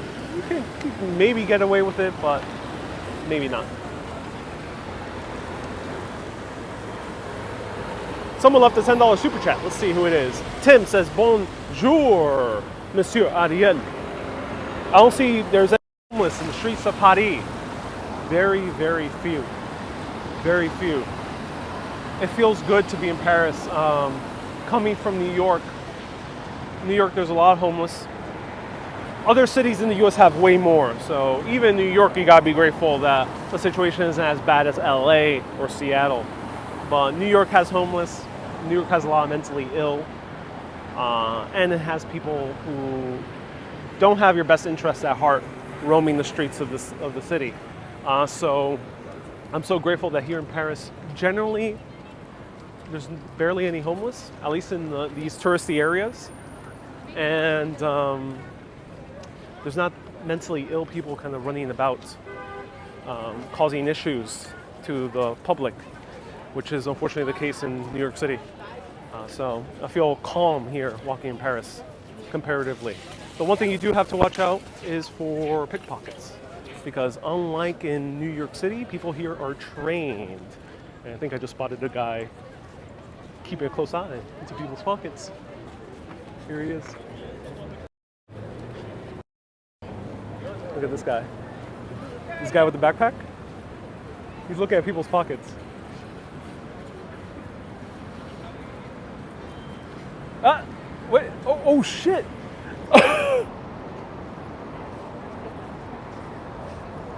Did he take the wallet, or did I look?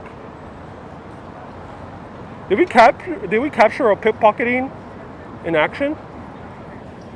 I just saw that. Please confirm with me before I tell that guy.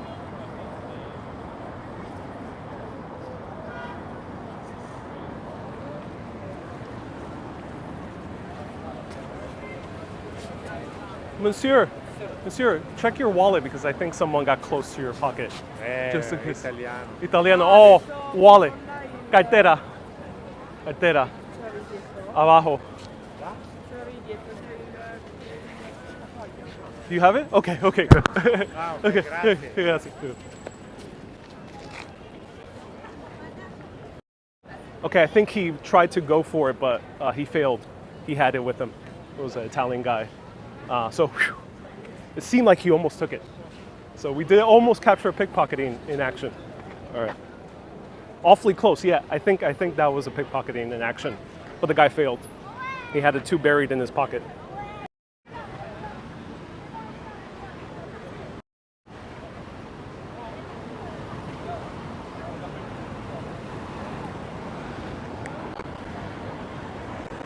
So let's now cross over. Jenna says, "Take care." Yeah, that guy seemed very obvious a mile away. So yeah, just pay attention to those guys with wandering eyes, getting close to people. Just do watch out. All right, let's go down.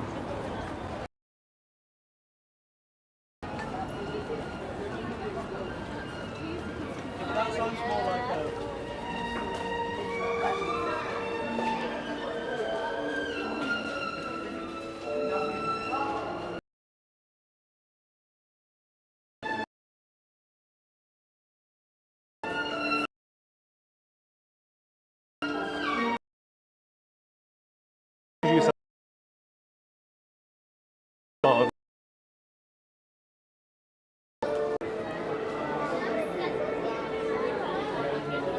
Okay.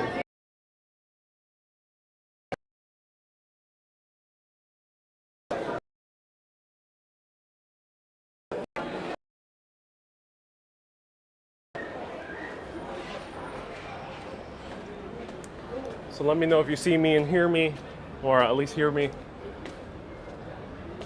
It was necessary to walk through the subway. Here, the train system is called metro. In general, in Europe, underpass is called a subway.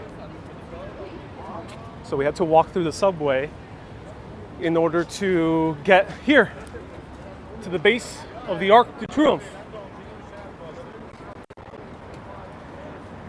So there's poor service, but there was a woman playing violin downstairs, and it was so cool.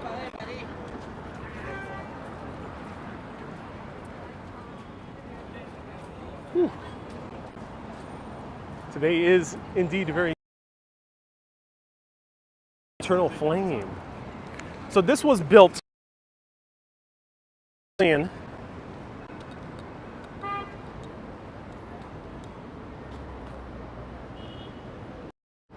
Napoleon Bonaparte was a Corsican militaryman who ended up rising through the ranks extremely quickly, ended up conquering land after land and declaring himself emperor. Just a mere few short years after France had a massive revolution, monarchy, a man came in and made his own. Then he won a battle where he got a lot of... And once they got on the frozen lake, it was too heavy for all these enemy soldiers, and they collapsed and drowned in freezing water. In order to celebrate, I build a huge tribute to myself, the new emperor of France. And thus, he built the Arc de Triomphe in the same spirit as many of the Roman emperors that we saw back in Rome last year. But this one is like 3 times bigger.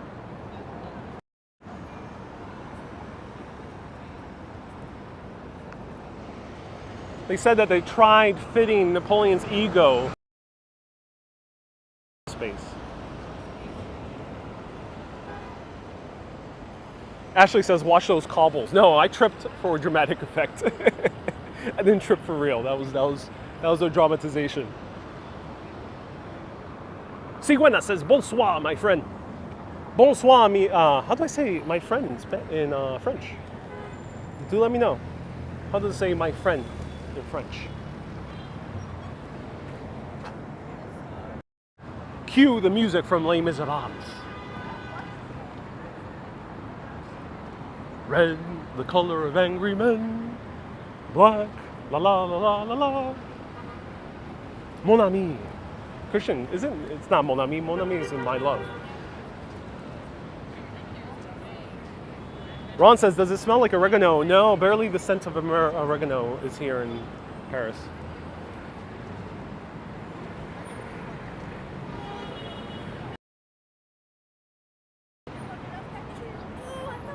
And here is the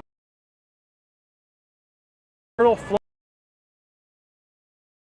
ever since World War I. To honor all during that great war. But this light went out once.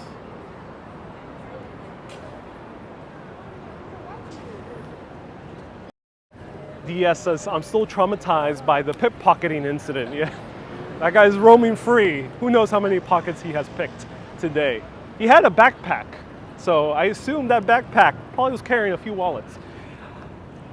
This went out once after a World Cup game. Revelers were coming out celebrating. Been but nonetheless, there was a Mexican tourist. This Mexican tourist was really drunk, really jovial, and came over to the Arc de Triomphe in his drunken stupor with a friend. And he had to relieve himself because he drank a lot. He decided to relieve himself out of all places he could have done it in the city of Paris.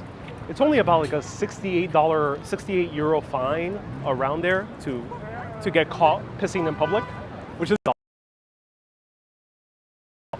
well, maybe had to spend maximum €70. He decided to piss on the eternal flame, putting it out. Probably not allowed here ever again. So ladies and gentlemen, if you have to go to the bathroom, please. It's both a disrespect to the people who lost their lives and also get you deported and never invited back to France ever again.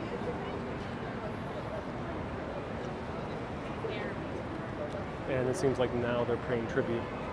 These might be veterans from, can't quite tell. Maybe they're veterans from World War II, but they don't seem as old, so they might be from a little bit later. Let me know what conflicts was France involved in the 50s. These might be veterans from that era.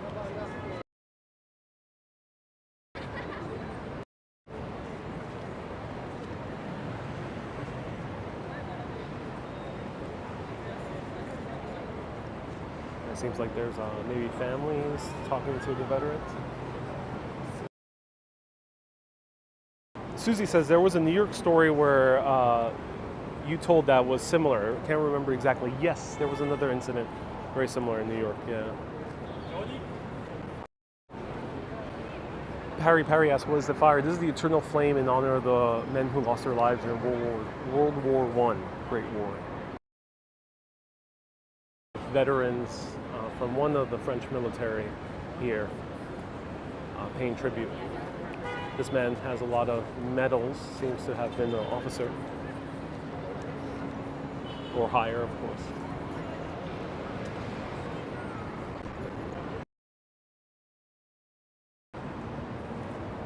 DS says, have you ever considered top 10 moments on Urbanus?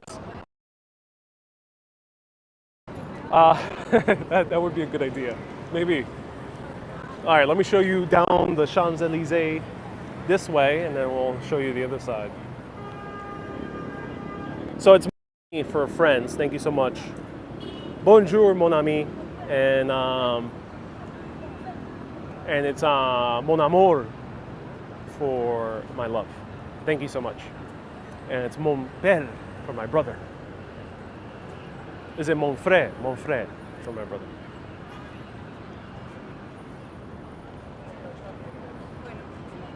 Right there we see the huge obelisk. Everything here is in alignment.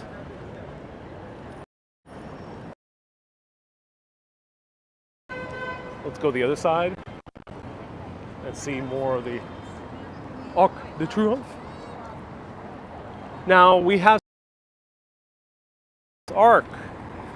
Name that New York City Arc. Arch.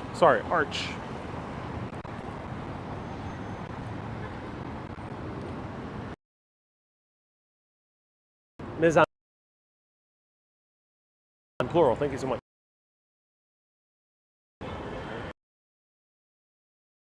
It's mes amis.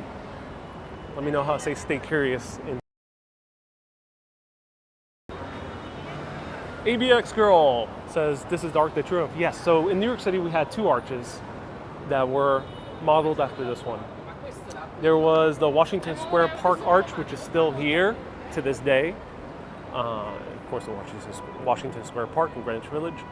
But there was also a Dewey Arch right in front of the Flatiron Building. That was built after World War I, but unfortunately it was demolished.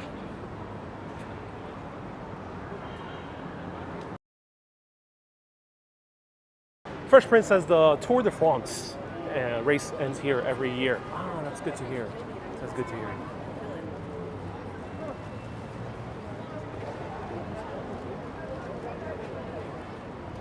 Morgan says, wow, thank you so much for tuning in, Morgan. Panajotis the other day celebrated 11 months of being a super urbanist. Panajotis, thank you so much for being a super urbanist for so long. Terry says, thank you, moderators. Yes, moderators, we're being hit by a lot of spam today.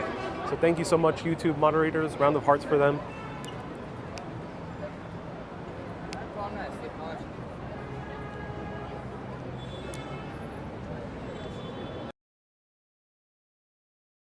Oh, Marianne, thank you so much. There's a third arch inspired by this one as well, and that is the Grand Army Plaza Arch in Brooklyn. Actually, Brooklyn, that area of Brooklyn, that entire area and Atlantic Avenue that connect. So in the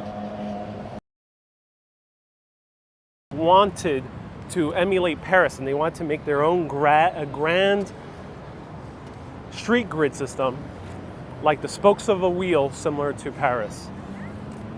They end up building a few of those grand avenues: Eastern Parkway, Ocean Parkway, Flatbush, and Atlantic, all connecting. They didn't finish the other ones, but they did build the huge arch. So what we're looking at here could have existed in Brooklyn. Unfortunately, Brooklyn ended up consolidating with New York City back in 1898, and they didn't follow through with those plans because all the resources really went to Manhattan. So that's a shame. But here you can see the genius of George Eugene Haussmann of Paris, who was hired by Napoleon III and basically had full unlimited control over many aspects of society here in Paris in order to build whatever he wanted to. And he ended up connecting all the grand avenues right here to the Arc de Triomphe.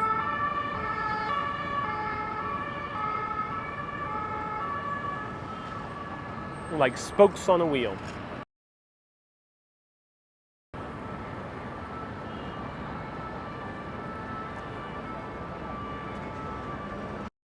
Oh, Ashley.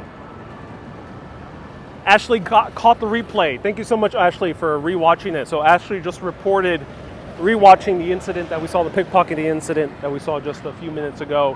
Said rewatch the pickpocket. He actually reached for the guy's right pocket, but then he adjusted his backpack as the tourist was moving his hands, which obstructed him. Interesting. Watching it, Ashley. So yes, we did capture pickpocketing in action, but it seems like the guy was intercepted because the guy just was reaching for his pocket. So, and that's why he wasn't successful. So there we go. You can catch the replay in slow motion. In YouTube, you can actually slow it down to like 2.25. You can slow it down a lot. So if you want to see it in slow motion, you can check it out.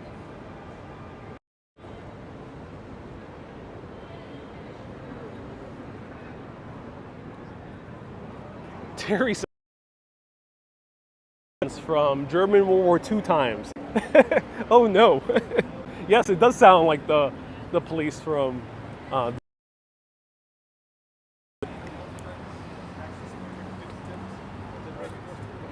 Diaz says, how do you know he was we actually saw him reach for someone's pocket. Probably not coincidence. that many people will actually reach out their backpack. And the other thing is, he had shifty eyes facing people's pockets. That tourist got lucky. Yep, that Italian tourist got lucky. He seemed to have a phone in his backpack.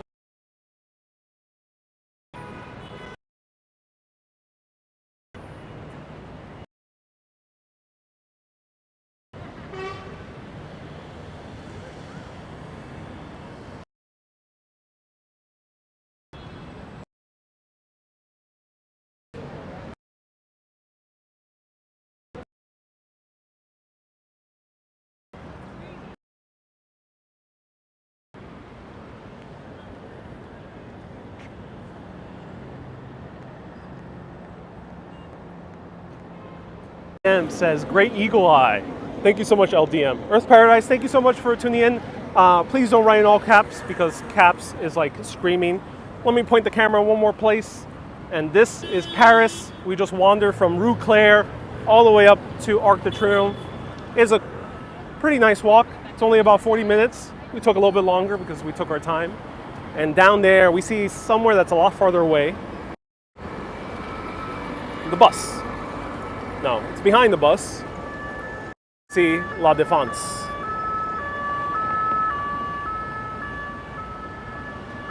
And someone else asked, how did you know he was a pickpocket? Aside from, yeah, as I mentioned, his thrifty eyes, but aside from that, I just had a feeling. It's also intuition.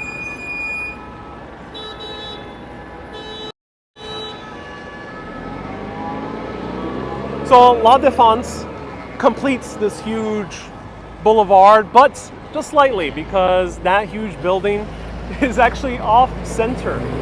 I have no clue why in Paris they went to do so much effort to align the Louvre, the obelisk that I showed earlier, the Arc de Triomphe, and then these guys, these modern architects from a few decades ago, get the opportunity to do a grand alignment that would take Paris miles, perfectly aligned. And then they're like, nope, let's just do it off center. Yeah, guys, we can't be too perfect. Let's just bother everyone. Let's bother everyone. Let's make everyone experience what OCD feels like, and just put it off center. Because it's too perfect. Too perfect. No.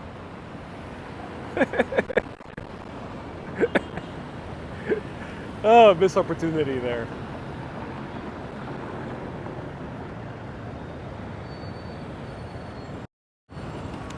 Everyone, thank you so much for tuning in. This is Paris.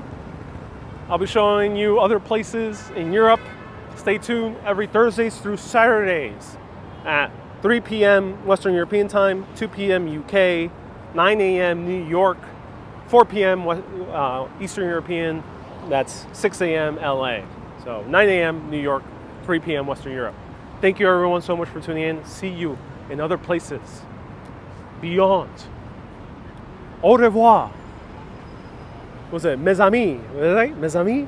Au revoir, mes amis. Keep being awesome and always keep on exploring.